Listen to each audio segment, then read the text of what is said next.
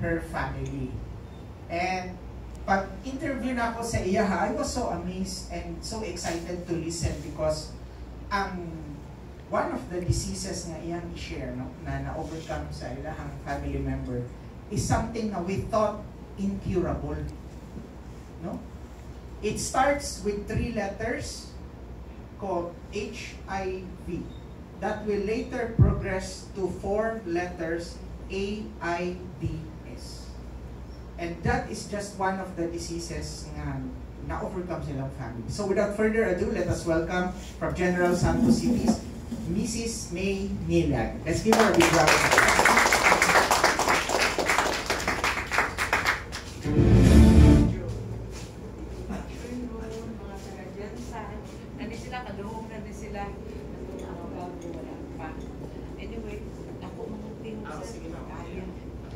Anyway, kamong nakadungog na sa akong story, imbis tulo akong isulti, parang feel ko ikwento yung tungkol sa anak ko kasi hindi ko na-elaborate the first time na share ko sa grupo ni Ma'am Ann in behalf of Sir Richard Ladublan.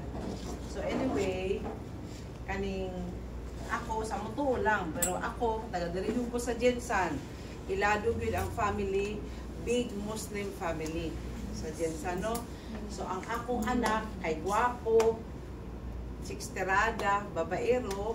So siguro doon sa one of the escapades niya, doon niya nakuha kasi hindi naman mahilig sa needle, hindi pa sakitin.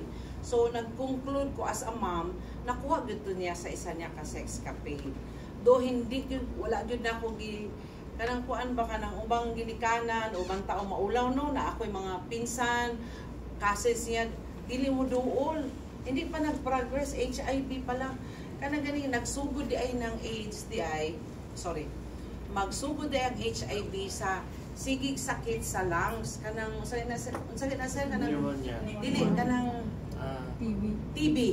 Na, magsugod ay na sa TB. Wala man ko kabalo.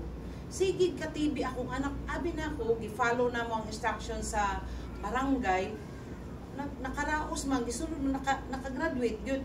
Katulog yun na siya nagsakit og TB, pero hindi ko talaga alam na mayroon ang anak ko HIV. Hanggang na hospital kasi nagpayat na yun. Ako, abi lang na ako, enough lang ako, I'm sharing to you today as a mom, nanay, nga dili mahilig sa mamahalin na ganito produkto, ayaw ko. Kasi mas gusto ko ang pera kaysa sa produkto. Mangayon ko, magay kong libre. So anyway, nag-graduate me dito sa kanang sigig sakit og TB. Ipasagdan lang na ako, ipa-hospital. Pero isang araw, yung doktor namin dito sa Jensan, ingon yun nga, ipatest yun. So kay busy kaayo ko sa recruitment, dati ko nagatrabaho, sabi 6 months after, pagbalik, wala yun nagtugan ang akong anak, nga gi-assign na ako to check kung unsa ang result. Yun pala ang anak ko ay may HIV. Wala jud ko kabalo kay nahadlok siguro sila ba. Anong first time nakaano? Too late na nung nag-second batch na po ang akong anak. Imagine mo kaunong nagka-TB. Kanang sabihin, nagsugod na po, parang balloon ba naga-bloom akong anak doon sa kapayat na po. Dito nag-result na sa AIDS na yun. Yung AIDS na yun, 2017, nagainom na ko dere. I started with my husband. Yun ang first love affair ko. I call it love affair with stem cell. Kasi may element siya ng love eh. So tungod ato, naadto ko sa akong anak. Dili mo mato sa GMC. Diya, yun ko na hospital oh. Tanang doctors na utangan na yun na ako. Nakihap ako sa GMC. Kasi malaki ang bill ko eh. Oo, sa totoo lang. Wala yun ko ana na ulaw. Nga na ako'y utang sa GMC. Tungod sa akong anak. Kay nanay, good ko no. Kinahanglan ko kung saan kwan sa ko. Alam mo sino ang nakasave sa akin, tingin ko, at kiniklaim ko, bukod sa mga doctors, no? Kasi gioperahan, dying ang akong anak, low, sino ang doctors dito? Sino yung kanina na nagsasalita? Yung wife, first your wife. Kasi parang alam niya eh, yung nag-down ang immune system, nag-down ang platelet, down tanan. Nag-abot sa parang 1 or something, everything is down. Abi ni mo, wala nang, dito na ako na-realize Kung naningkamot ko, kay mahal magud kaayo ang 135, 125 itong una, oy. Pero maka-income man unta ko nga anak, kaya na ako sa recruitment. Pero mahalan yun ko, kahit yun kong ulo. Kung na-realize na ako, sinishare ko sa inyo ngayon, totoo pala, pag dying na lahat, kung pwede lang, pati ka ng mga pangtawas, ipainom ni mo sa imong anak. Pero syempre, alam natin, hindi gagaling. Yun lang talaga naisip ko, yun lang talagang stem cell. Pina-open ko po siya sa infectious medtech para sa infectious disease dito sa Jensen. Ipa-abrig yun na ako. Para lang yun, mabalaan ako kung tinuod yun nga buhi. Alam mo, wala siyang smell, kasi kasabay ako eh. Walang smell, bloody red, parang dugo, malapot. Pinasilip sa akin sa stethoscope. Microscope. Microscope. Okay. Microscope. Pagsilip ko, naagyo nag-aana ko. Naagyo parang maliliit na, Live cells. parang ganun. Na-prove ko talaga, alam mo. Pero before that, ako naging ipasulod. Gitabangan ko nila Ma'am Irene Basan.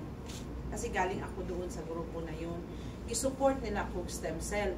3 in the morning, 3 lunch, 3 gabi. Naagyod ko'y documented yun anak nga ko. Ang ipasan ako kay Basan. Akin yung anak na yun na present nila minsan yung dying of AIDS. Anak ko yun si Miko. Pinainom, binigyan nila ako, sinuport nila ako.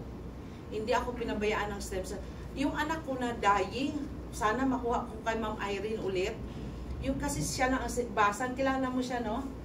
Taga Kidapawan. Yes. Sinend ko sa kanya lahat. Kaya lang niniknok ni Puentes. Anyway. Yung niniknok, hinuwa ni. Tapos, makita nyo talaga doon. Nag-take siya talaga. 3 times a day. Siguro mga naka-6, 5 o 6 kami. Akong anak, di ko magtuo ba. Tiyaga yun ko kasi nga, meron din siyang bukol dito. Sa part siguro yun ng sakit niya na AIDS. Dili yun siya makalunok. Alam mo, sinatsaga ko, hinihiwa ko talaga. Ginaanak yun ako. Makita yun ninyo sa ano, ginaganyan ko. Oh. Alam mo, ang anak ko, mga less than 1 month, nabuhi yun. Nabuhi yun itong bata, pero namatay kasi siya. Pero hindi siya namatay sa sakit niya. Nabanggaan siya ba sa motor.